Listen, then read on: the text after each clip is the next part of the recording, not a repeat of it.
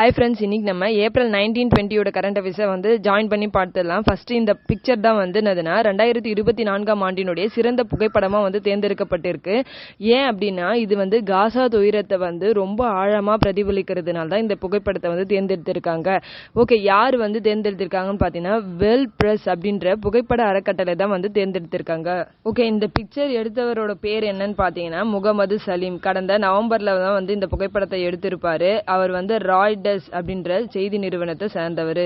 Okay, அடுத்தது பார்க்கலாம். Cruise ஏவுகணை ITCM. இது வந்து நீண்ட தூரத்துக்கு வந்து சென்று இலக்கை வந்து தாக்கி அழிக்கக்கூடியது.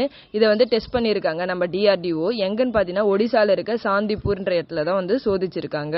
ஓகே, அடுத்தது வந்து பார்க்கலாம். World craft council international WCCI. இதோட ஹெட் குவார்ட்டர்ஸ் எங்க இருக்குன்னு பார்த்தீங்கன்னா குவைத். தமிழ்ல வந்து என்னன்னு பார்த்தீங்கன்னா உலக கைவினை கவுன்சில். இவங்க என்னன்னு பண்ணுவாங்கன்னு பார்த்தீங்கன்னா உலக அளவில் இருக்கிற பாரம்பரியமான கைவினை பொருட்களையும் அங்க இருக்கிற இடங்களையும் வந்து என்ன பண்ணுவாங்கன்னு பார்த்தீங்கன்னா அங்கீகரிப்பாங்க. இது வந்து எப்போ ஆரம்பிச்சாங்கன்னு பாத்தீங்கன்னா 1964 ஜூன் 12 வந்து ஆரம்பிச்சிருப்பாங்க நியூயார்க்ல. இதை ஏற்படுத்துவர் பேர் என்னன்னு பாத்தீங்கன்னா ஏலின் ஆஸ்பார்ன். இந்த அமைப்பு வந்து 2024 ஆண்டிற்கான சர்வதேச உலக கைவினை நகரத்தை நம்ம இந்தியால இருந்து வந்து தேர்ந்தெடுத்திருக்காங்க. எந்த நகரம்னு பாத்தீங்கன்னா ஸ்ரீநகர். ஓகே, அடுத்ததா நம்மளுடைய வேர்ல்டு ஹெல்த் ஆர்கனைசேஷனான WHO வந்து காற்றின் மூலம் பரவக்கூடிய நோய் கிருமிகளுக்கு ஒரு பேர் வந்து வச்சிருக்காங்க. அது பேர் வந்து IRPS, அதாவது இன்ஃபெக்ஷியஸ் ரெஸ்பிரேட்டரி பார்ட்டிகல்ஸ். இதை மட்டும் ஞாபகம் வச்சுக்கோங்க. அடுத்ததா ஹிஸ்டரி சார்ந்த ஒரு ஆர்டிக்கலை ஹிந்து நியூஸ் பேப்பர்ல வந்து வந்திருக்கும். அது என்னன்னு பார்க்கலாம். பசுவதையை எதிர்த்து காங்கிரசினுடைய எந்த மாநாட்டில் வந்து தீர்மானம் வந்து கொண்டு வந்திருப்பாங்கன்னு பாத்தீங்கன்னா 3வது காங்கிரஸ் மாநாடு எங்க நடந்திருக்கும்னு பாத்தீங்கன்னா சென்னையில வந்து நடந்திருக்கும். எப்போ வந்து நடந்திருக்கும்னு பாத்தீங்கன்னா 1887 வந்து நடந்திருக்கும்.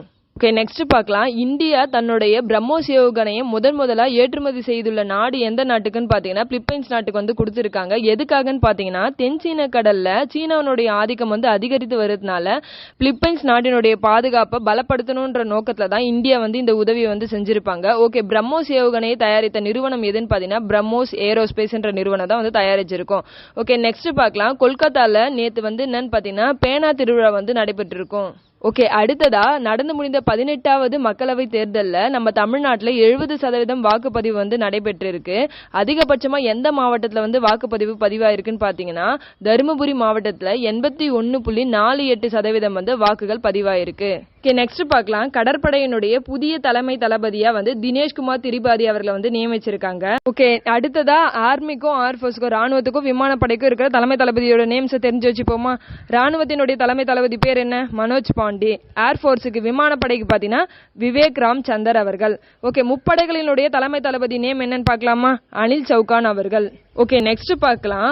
அல்ஜீரியா என்ற நாடு வந்து என்ன பண்ணிருக்கோன்னு பாத்தீங்கன்னா ரீசெண்டா பாலஸ்தீனத்தை ஐநாவினுடைய முழு உறுப்பினர் நாடா ஆக்கிறதுக்காக ஒரு தீர்மானத்தை வந்து நிறைவேற்றிருப்பாங்க. எங்கன்னு பாத்தீங்கன்னா ஐநாவினுடைய பாதுகாப்பு கவுன்சில்ல. வந்து நிராகரிக்கிறது தான் USA வந்து சொல்லியிருக்காங்க. ஏன் இவங்க சொல்றாங்க அப்படின்னு சொல்லிட்டு இப்ப நம்ம பார்க்கலாம். UNSC, அதாவது ஐநாவுடைய பாதுகாப்பு கவுன்சில்ல மொத்தம் 15 உறுப்பு நாடுகள் வந்து இருக்கும். 10 வந்து என்னன்னா தற்காலிக உறுப்பு நாடுகளாகவும் 5 வந்து நிரந்தர உறுப்பு நாடுகளாகவும் வந்து இருக்கும். இந்த நிரந்தர உறுப்பு நாடுகள் வந்து ஏன் இப்படி சொல்றோம் அப்படின்னு பாத்தீங்கன்னா அதுக்கு வந்து ஸ்பெஷல் பவர்ஸ்லாம் வந்து இருக்கும்.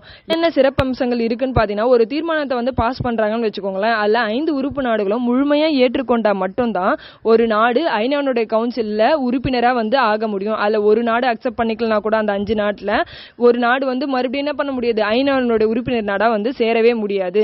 அதனாலதான் அந்த விடோ பவர் வந்து யூஸ் பண்ணி தான் என்ன பண்ணிருக்காங்க, அமெரிக்கா வந்து நாங்க இந்த தீர்மானத்தை அக்செப்ட் பண்ணிக்கல, ரிஜெக்ட் பண்றோம் அப்படின்னு சொல்லியிருக்காங்க. இந்த தீர்மானத்தின் மீதான வாக்கெடுப்புல வந்து 12 நாடுகள் வந்து இந்த தீர்மானத்தை ஏற்றுக்கொண்டு இருப்பாங்க. ஆனா வந்து மெஜாரிட்டியா 12 நாடுகள் ஏற்றுக்கொண்டாலுமே இது அமெரிக்கா நிராகரித்ததுனால பாலஸ்தீனம் என்ன பண்ண முடியாது, ஐநாவுடைய உறுப்பினர் நாடா ஆகவே முடியாது. ஒருவேளை இந்த பில் வந்து பாஸ் ஆயிருந்து அமெரிக்கா வந்து அக்செப்ட் பண்ணி இருந்தது அப்படின்னா பாலஸ்தீனம் வந்து ஐநாவுடைய 194வது உறுப்பினர் நாடா வந்து உள்ள போயிருப்பாங்க. ஓகே ஃப்ரெண்ட்ஸ், இன்னோட கரண்ட் அஃபேர்ஸ் இதோட கம்ப்ளீட் ஆகுது. Thank you all.